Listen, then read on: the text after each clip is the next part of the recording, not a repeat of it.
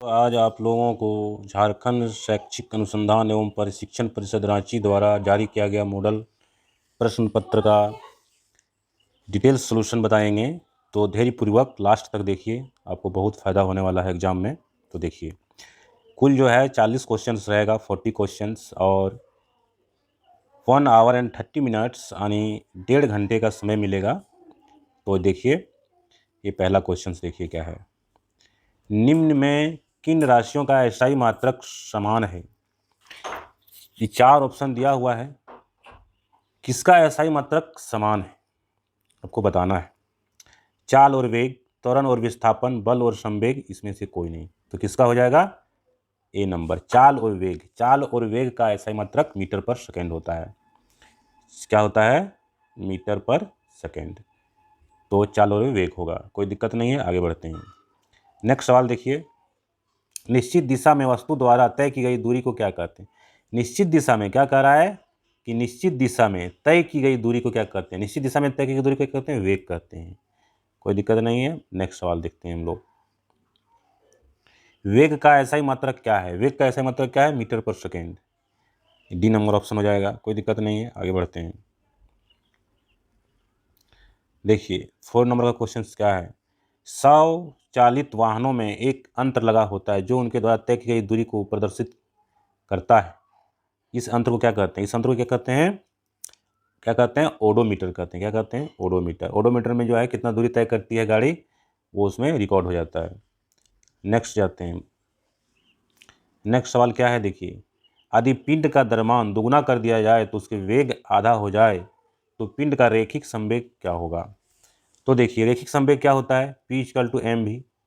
P equal to M भी होता है संवेग।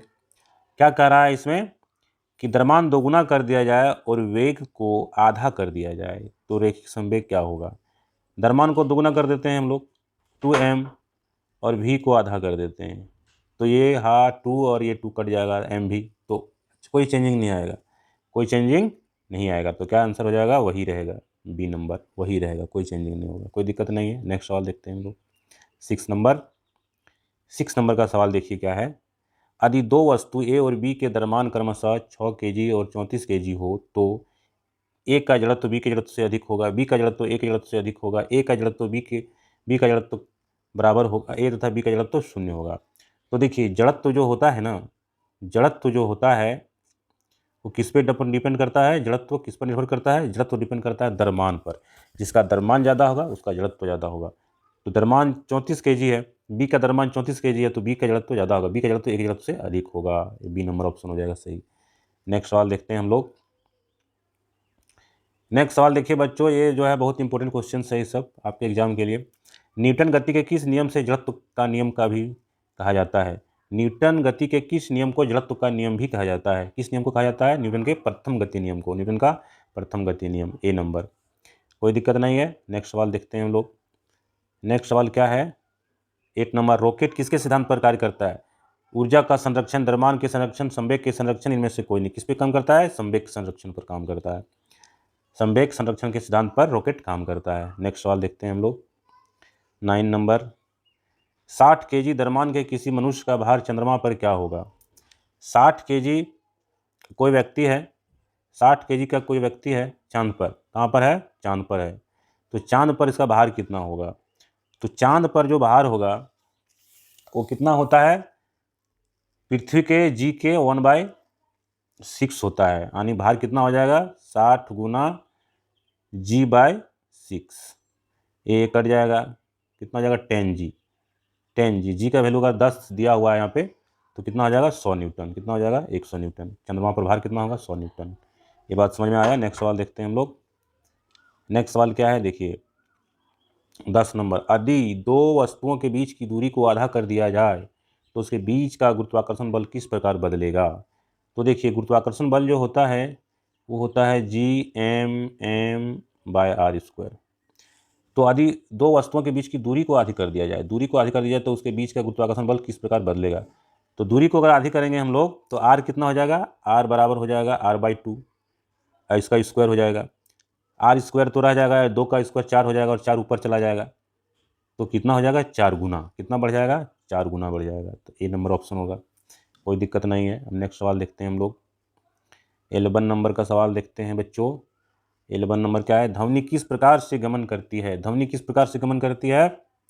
ठोस, तरल एवं गैस। ध्वनि किस माध्यम से गमन करती है? ध्वनि ठोस, द्रव और गैस, उपरोक्त सभी।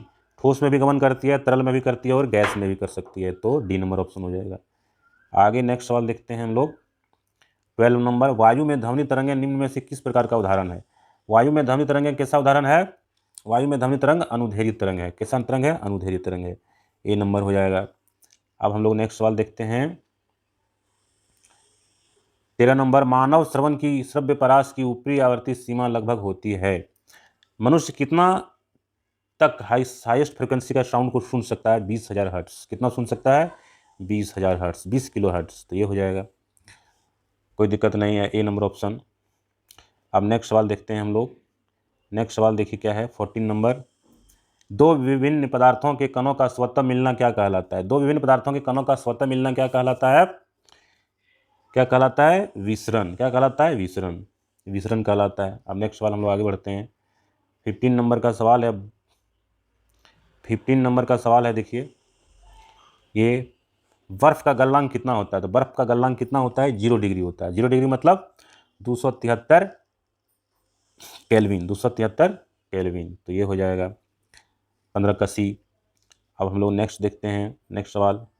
नेक्स्ट सवाल क्या है? 16 नंबर, निम्नलिखित में से किसे सबसे अधिक संपीड़ित किया जा सकता है? किसको ज़्यादा संपीड़ित किया जा सकता है? कंप्रेस किया जा सकता है।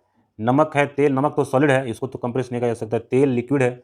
हाइड्रोजन गैस है, जल लिक्विड है। तो कंप्रेस ज़्यादा कौन होगा? गैस। तो क्या हो जाएगा? Option C number. Hydrogen gas को ज़्यादा कंप्रेस किया जा सकता है, गैस हो जाएगा हाइड्रोजन गैस। ये बात समझ में आया होगा। नेक्स्ट सवाल देखते हैं हम लोग। तो नेक्स्ट सवाल देखिए क्या है? 17 नंबर, निम्नलिखित में से कौन यौगिक का उदाहरण है? कौन यौगिक है? कंपाउंड। कंपाउंड, लोहा तो एलिमेंट है, पीतल तो मिश्र धातु है, जल तांबा, तांबा भी एलिमेंट है, तो इसमें यौगिक कौन है? कंपाउंड कौन है? जल, H2O। ये क्या है? यौगिक है। ये बात समझ में आया। अब नेक्स्ट सवाल देखते हैं हम लोग। 18 नंबर का सवाल देखिए क्या है? 18 नंबर का सवाल है, पीतल किस धातु का मिश्र धातु है? पीतल किससे बना हुआ है? पीतल किससे बना हुआ है? कॉपर। कॉपर और जिंक से बना हुआ है। कॉपर और जिंक से बना हुआ है, तो क्या हो जाएगा? कॉपर और जिंक, ए नंबर ऑप्शन हो जाएगा। कोई दिक्कत नहीं है। अब नेक्स्ट सवाल देखते हैं हम लोग। नेक्स्ट सवाल क्या है? 19 नंबर का सवाल देखिए क्या है? निम्नलिखित में कौन रासायनिक परिवर्तन का उदाहरण है? रासायनिक परिवर्तन क्या होता है कि अपने मूल गुण से अलग हो जाता है। जल का बर्फ में बदलना, ये तो भौतिक परिवर्तन है। भोजन का पचना, ये रासायनिक परिवर्तन है। मोमबत्ती का पिघलना, ये भौतिक परिवर्तन है। फिर तो मोमबत्ती हो ही जाता है, बदल जाता है। लोहे के चूर्ण को बालू में मिलाना, तो क्या हो जाएगा? भोजन का पचना। ये क्या है? रासायनिक परिवर्तन है। नेक्स्ट सवाल देखते हैं हम लोग। नेक्स्ट सवाल क्या है? सोडियम ऑक्साइड का सूत्र निम्नलिखित में कौन है? Sodium oxide. तो सोडियम ऑक्साइड का सूत्र इसमें क्या है? तो सोडियम ऑक्साइड का इसमें सूत्र क्या है? Na2O। Na2O का क्या ऑप्शन हो जाएगा? B number, sodium oxide. कोई दिक्कत नहीं है। अब नेक्स्ट सवाल देखते हैं हम लोग। 36 ग्राम जल में जल के कितने मोल मौजूद है? 36 ग्राम में कितना मोल जल है? तो एक मोल में होता है 18 ग्राम जल। एक मोल में कितना होता है? 18 ग्राम जल होता है। तो 36 ग्राम में कितना हो जाएगा? 2 मोल हो जाएगा। तो क्या ऑप्शन हो जाएगा? B number. कोई दिक्कत नहीं है, आगे बढ़ते हैं हम लोग। 22, C2H2 मोलर द्रव्यमान क्या होगा? तो C2H2 का मोलर द्रव्यमान क्या होगा? कार्बन का कितना है? 12 दूना 24, 2 कार्बन है तो 12 दूना 24 हो गया। हाइड्रोजन का 2 हाइड्रोजन है तो 2 हो गया, तो कितना हो गया? 26। तो कितना हो गया मोलर द्रव्यमान? 26 हो गया, बी नंबर हो गया। अब नेक्स्ट सवाल देखते हैं हम लोग। नेक्स्ट सवाल क्या है? देखिए, इलेक्ट्रॉन की खोज किसने की? इलेक्ट्रॉन की खोज किसने किया था? इलेक्ट्रॉन का खोज किसने किया था? जे थॉमसन ने किया था। तो क्या आंसर हो जाएगा? जे थॉमसन हो जाएगा। नेक्स्ट सवाल हम लोग देखते हैं 24 नंबर। 24 नंबर का सवाल देखिए, एक तत्व में 11 इलेक्ट्रॉन है तथा 12 न्यूट्रॉन है, तो उस तत्व का परमाणु संख्या क्या होगा? तो परमाणु संख्या बराबर क्या होता है? परमाणु संख्या बराबर होता है प्रोटॉन की संख्या प्लस न्यूट्रॉन की संख्या। तो प्रोटॉन की संख्या और इलेक्ट्रॉन की संख्या बराबर होता है, तो इलेक्ट्रॉन कितना है? 11, तो प्रोटॉन भी कितना हो जाएगा? 11, और न्यूट्रॉन दिया हुआ है 12, तो कितना हो जाएगा? 23। 23 हो गया, तो क्या ऑप्शन हो जाएगा? D number, 23। कोई दिक्कत नहीं है, डी नंबर 23 हो गया। अब नेक्स्ट सवाल देखते हैं हम लोग 25। देखिए 25 क्या है? किसी तत्व के समान समस्थानिक में निम्नलिखित में से कौन और कौन और परमाणु समान नहीं होंगे? क्यों? देखिए क्या है सवाल, सवाल को अच्छा से एक बार देख लीजिए। देखिए क्या है, किसी तत्व के समान समस्थानिक, जो समस्थानिक होता है उसका परमाणु संख्या समान होता है और द्रव्यमान संख्या भिन्न होता है। में से कौन और परमाणु का समान नहीं होंगे? Electron, proton, neutron. देखिए समस्थानिक है तो इलेक्ट्रॉन तो समान होगा क्योंकि प्रोटॉन समान होगा, प्रोटॉन समान होगा क्योंकि प्रोटॉन संख्या बराबर परमाणु संख्या बराबर होता है। तो प्रोटॉन बराबर होगा, इलेक्ट्रॉन की संख्या बराबर होगा, न्यूट्रॉन की संख्या बराबर नहीं होगा। तो क्या हो जाएगा answer? Neutron, C number. Next सवाल देखते हैं हम लोग। 26 नंबर का सवाल है, निम्नलिखित में कौन एक कोशिकीय जीव के उदाहरण है? एक कोशिका का जीव कौन है? अमीबा है, पढ़ा चुके हैं अमीबा, अमीबा हो गया। अब नेक्स्ट सवाल देखते हैं हम लोग। नेक्स्ट सवाल है, लाइसोसोम का निर्माण कौन करता है? तो लाइसोसोम का निर्माण कौन करता है? लाइसोसोम का निर्माण कौन करता है? लाइसोसोम होता कहाँ है? का निर्माण कौन करता है? गाल्जी उपकरण। कौन करता है? गाल्जी उपकरण। नेक्स्ट सवाल देखते हैं हम लोग। कोशिका झिल्ली के आर पार पदार्थों का आना जाना किस प्रक्रिया के द्वारा होता है? तो कोशिका के भीतर जो है कौन सा होता है? वो होता है, कोशिका के भीतर पदार्थों का जो होता है बाहर और भीतर होना, वो क्या होता है? विसरण का ही एक स्पेशल रूप है, जिसको कहते हैं परासरण। परासरण के माध्यम से जो है बाहर और भीतर होता है। तो है, पौधे के शीर्ष पर कौन सा ऊतक पाया जाता है? क्या क्वेश्चन है कि पौधे के शीर्ष पर कौन सा ऊतक पाया जाता है? तो पौधे के शीर्ष पर कौन सा ऊतक पाया जाता है? विभाज्योतक। क्या पाया जाता है? विभाज्योतक। ये ए नंबर हो जाएगा। नेक्स्ट सवाल देखते हैं। रक्त के तरल अधात्री भाग को क्या कहते हैं? रक्त के तरल अधात्री भाग को क्या कहते हैं? प्लाज्मा कहते हैं। क्या कहते हैं? प्लाज्मा कहते हैं। क्या कहते हैं? प्लाज्मा कहते हैं। प्लाज्मा कहते हैं। रक्त के तरल अधात्री भाग को क्या कहते हैं? प्लाज्मा कहते हैं। ये बात समझ में आया होगा। अब नेक्स्ट सवाल अब देखिए नेक्स्ट सवाल क्या है, श्वेत क्रांति किससे संबंधित है? तो श्वेत क्रांति में क्या हुआ था? दूध के उत्पादन में वृद्धि हुआ था। तो दूध उत्पादन क्या हो जाएगा? दूध उत्पादन। नेक्स्ट सवाल देखते हैं हम लोग। नेक्स्ट सवाल क्या है कि निम्नलिखित में कौन रबी फसल का उदाहरण है? रबी फसल क्या है? जो अक्टूबर में बोया जाता है, अक्टूबर नवंबर में, और उसको जो है काटा जाता है, जो है दिसंबर जनवरी में काटा जाता है। तो कौन सा फसल होगा? चना हो जाएगा। चना रबी फसल है। नेक्स्ट सवाल देखते हैं हम लोग।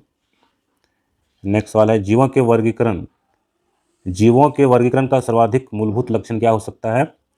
तो जीवों का जो वर्गीकरण होता है उसका मूलभूत लक्षण क्या है? कोशिका संरचना। क्या हो जाएगा? कोशिका संरचना, सी नंबर। अब नेक्स्ट सवाल देखते हैं हम लोग। पादप वर्ग का उभयचर किसे कहते हैं? क्या है? पादप वर्ग का उभयचर किसे कहते हैं? तो देखिए नेक्स्ट सवाल क्या है, पादप वर्ग का उभयचर किसे कहते हैं? पादप वर्ग में कौन सा, इसको उभयचर कहते हैं जो जल में और थल में भी रहते हैं? तो ब्रायोफाइटा। क्या हो जाएगा? ब्रायोफाइटा। नेक्स्ट सवाल देखते हैं हम लोग। व्हेल निम्नलिखित में से किस वर्ग के संबंधित है? व्हेल मछली किस वर्ग से संबंधित है? तो स्तनपायी। क्या हो जाएगा? स्तनपायी। नेक्स्ट सवाल हम लोग देखते हैं, वैश्विक उष्णता के लिए कौन गैस उत्तरदायी है? वैश्विक उष्णता के लिए कौन सा गैस उत्तरदायी है? ग्लोबल वार्मिंग के लिए कार्बन डाइऑक्साइड। क्या हो जाएगा? Carbon dioxide. नेक्स्ट सवाल देखते हैं हम लोग, जल प्रदूषण से निम्नलिखित में कौन सा प्रभाव नहीं होगा? जल प्रदूषण से जल के तापमान में परिवर्तन होगा, हैजा होगा, जल में ऑक्सीजन की कमी होगा, फेफड़े संबंधी रोग, ये प्रभाव नहीं पड़ेगा, फेफड़े संबंधी रोग। नेक्स्ट सवाल देखते हैं हम लोग। नेक्स्ट सवाल क्या है, निम्नलिखित में कौन असंक्रामक रोग है? असंक्रामक रोग मतलब जो फैलने वाला नहीं है, कौन है? रतुंधी। रतुंधी फैलने वाला रोग नहीं है। नेक्स्ट सवाल हम लोग देखते हैं, निम्नलिखित में कौन दीर्घकालिक रोग के उदाहरण है? दीर्घकालिक रोग जो बहुत समय तक रहता है, दीर्घकालिक रोग कौन है? तो मधुमेह है। नेक्स्ट मतलब डायबिटीज। अब नेक्स्ट सवाल देखते हैं हम लोग, और अंतिम सवाल है, जीवाणु निम्नलिखित में से कौन वर्ग में आते हैं? Protista, Monera, Plantae, Fungi. तो किस में आता है? देखिए अंतिम सवाल यह है, जीवाणु निम्नलिखित में से कौन वर्ग में आते हैं? तो किस वर्ग में आते हैं? मोनेरा। किस में आते हैं? मोनेरा। ये बात समझ में आया। 40 क्वेश्चन समाप्त हुआ। पसंद आया है तो लाइक कीजिए, सब्सक्राइब कीजिए। धन्यवाद।